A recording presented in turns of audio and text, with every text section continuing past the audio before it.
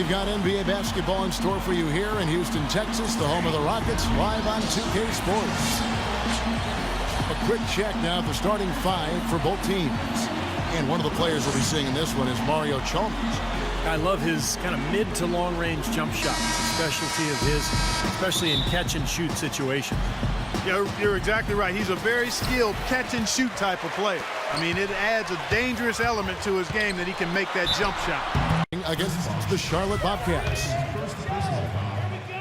And I think, Kevin, it really showed how important it is to have a strong bench performance. You go out on the road, you can't rely on your starters night in and night out. The reserves have to contribute and help them out. I think we definitely saw that, Steve, throughout the game. They were really tied together as a team. Didn't make any difference who was out on the floor. You'll take every road game win you can, and they're happy with that one. Well, really the heart and soul of this Miami team in a lot of ways, Udonis Haslem, born and raised in Miami. He's played his entire decade-long career with the Heat, and just a tough, hard-working guy and a locker room leader.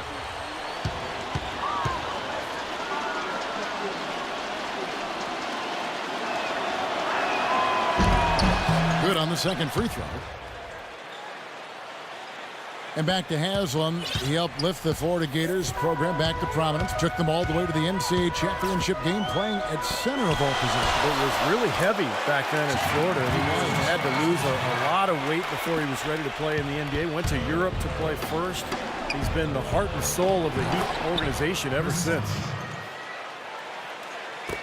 And that one's good. Oh, he got him. Gorgeous reverse.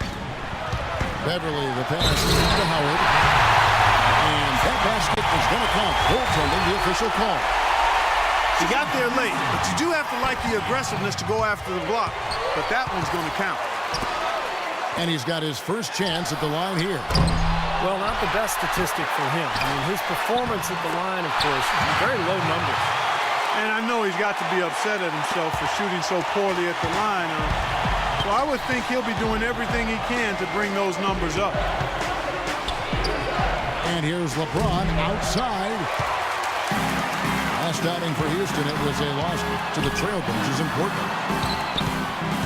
And that's the kind of loss that sticks with you for a while, guys, because they were probably the better team that night, and they just couldn't put the game away.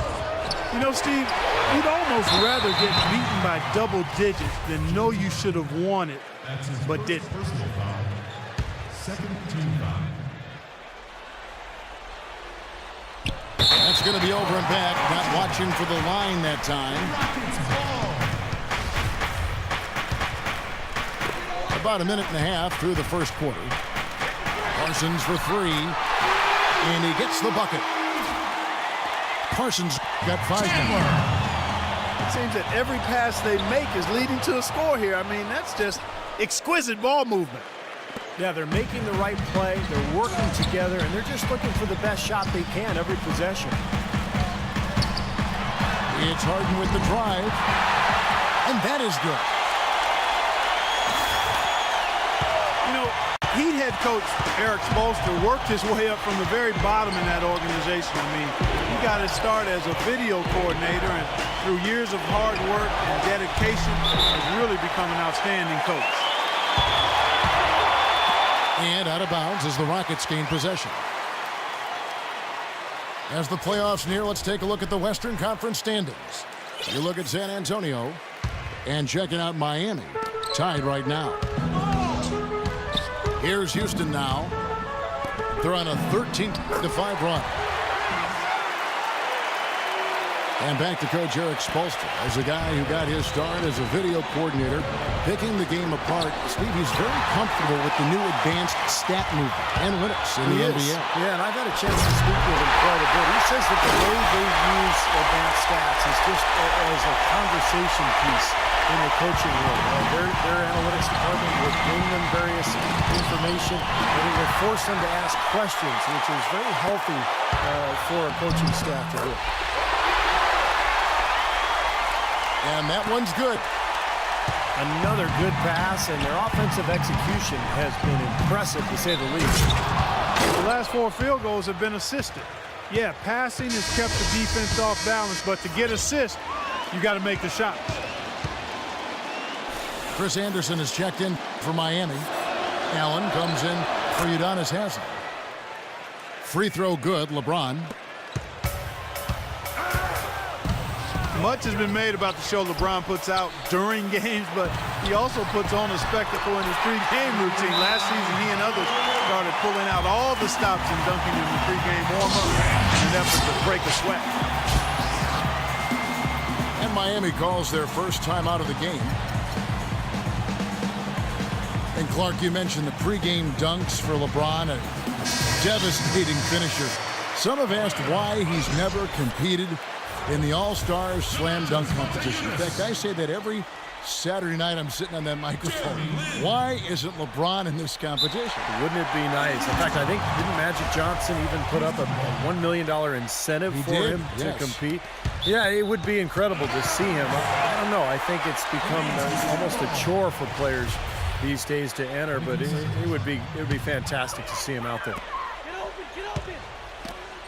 And the Rockets with possession here. It's a 13-point game. And here's the fast break. Chalmers leading the way. Goes back up. James misses. You know, typically, guys, he has the body control to finish when he's in that tight. I'm not sure what happened there. Pass to Chalmers. He dishes it to Wade. James outside. Allen with it. Now guarded by Parsons. 4 on the clock. The 3 from Chalmers. Lynn with it. Averaging 12 points a game. There's the double team with Allen. From downtown. They get it back. And Parsons kicks to Harden. Another miss by Harden. Even though he isn't having the best of games from the floor, it hasn't seemed to hurt him. And good on the basket. Book it. Allen's got his first basket of the night. I'll tell you what, the defenders didn't even get a sniff of him on that move to the hoop. You know, passing the ball well on the perimeter has really opened things up offensively for this club. Steve, it makes the game easy. I mean, 10 straight points off assist. That's impressive, but it's easy when you move the ball. Now here's James. Right now averaging 27 points a game. Pass to Chalmers. From deep three-point range. Here's Anderson. And he jams it with authority. Boy, terrific rebound and slam on the putback. He never gives up, always persistently pursuing the pumpkin. And that's an essential quality for an offensive rebounder. An outstanding offensive rebounder that he is. Yeah, he's got to go after it, and he does. Yeah, he qualifies as one of the best in the league. I don't know if it's just me, but he's looked a step slow since the start of the quarter. His shooting has really suffered. A different look for Miami. Lewis checked in for LeBron. And it's James Jones in for Dwayne Wade. Well, you know, guys, the Houston fans could be forgiven for not having heard of Umir Asik when the Rockets signed him as their starting center a season ago. He was a second-round pick out of Turkey in 08, a backup in Chicago, but he's quickly shown himself to be a key piece of this promising young core. And you have to give the Rockets credit for going after Asik, a player who never averaged more than 15 minutes a game in Chicago, a restricted free agent with the Bulls, and became a very important part for the Rockets. So they clearly saw something special with Asik. He's a great rebounder and defender, uses his body, understands angles, and plays that verticality really well as a defensive center. The Heat making a switch here. Bosh is checked in. And his first shot of the game, no good. Monty Eunice laid in with a nice touch off the glass. And the early lead just keeps on growing. Another basket. And the way they've done it is with an extremely potent inside attack. And an overpowering first quarter effort. Already a double-digit advantage. Houston on top up by 15. Stay with us as we get set to bring you the second quarter right at... Welcome back, folks. We'll see if we're in store for a more tightly contested quarter as we move here into the second. And a chance for just a second to check out the scoring breakdown for Houston. Guys, they're really passing the ball well here in the first half. Another thing they've been doing so far tonight is knocking down the jump shot. All fueled up and ready to go. Let's reset the lineups courtesy of Gatorade as the second quarter gets going. On the court for the Heat, we've got Allen. Chris Bosh is out there at Lewis. Then it's Norris Cole. And it's Jones in at the 3. Houston on D. They lead by the biggest margin of the game, 15 points. And the whistle blows on the backcourt violation. He went over and back. Lynn kicks to Howard. Yes! And a nice assist from Lynn. 8 points for Howard. Beautiful ball movement again. Last 5 trips, they've all ended with a great pass leading to a basket, Steve. I mean, they are really sharing the basketball.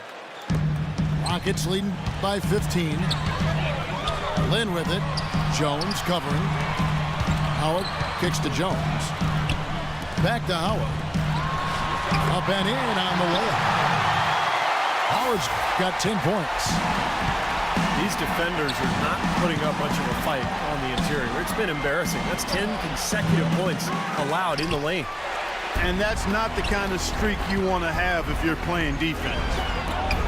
You see it is just to Jones.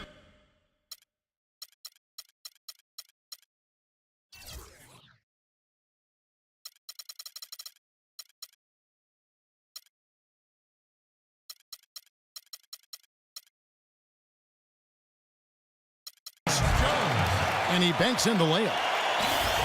Jones has got his second bucket of the night. Pretty passing. Timely recognition as to where the open man was. You know, when something works for you, you stay with it. The Heat saw after the 2012 finals that small ball was very effective for them. You can see why they chose to do that, given how hard it is to find a power forward that can match up with LeBron. Makes good sense. Timeout called, the Heat. And mismatches really are what make an NBA offense go at times. Not only can Miami overpower you, Steve, you know, with their sheer talent at times, but if you're trying to guard a perimeter play with a big, you're going to be in trouble. Well, some people still see small ball as a gimmick, but, you know, for Miami, it's different because you've got LeBron James playing the power forward. So it's not really small ball. He can rebound, he can defend, he can do everything. And so the Heat become a nightmare to guard at the other end, and you can rarely take advantage of them offensively. Foul call that time on the way up. That'll give him 2 chances at the free throw line here. You know, if you just look at the numbers without knowing who Dwayne Wade was, you'd think he was probably 6'7" or 6'8", but the way he blocks shots and rebounds, even at 6'4", he just plays much bigger than he really is.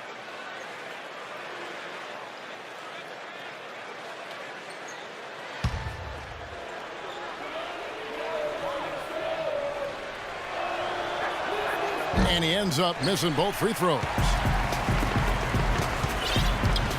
And you go back, Clark, to that big man game for Wade, averaging about a block shot a game for his career. Well, you think about it. He's 6'5", but he actually has a 6'11" wingspan. And you're not going to find a stronger guy at the shooting guard position. He's over 220 pounds, and there's nothing extra there. So he brings a lot to the table. No good from Beverly. He'd have gone 1 of 3 to start out the second quarter. Rejected by Parsons. Jones drives in. There's the 3. And he trains the 3. Good-looking shot there from Parsons. Chandler! Parsons was really a surprise coming out of Florida. Had a big impact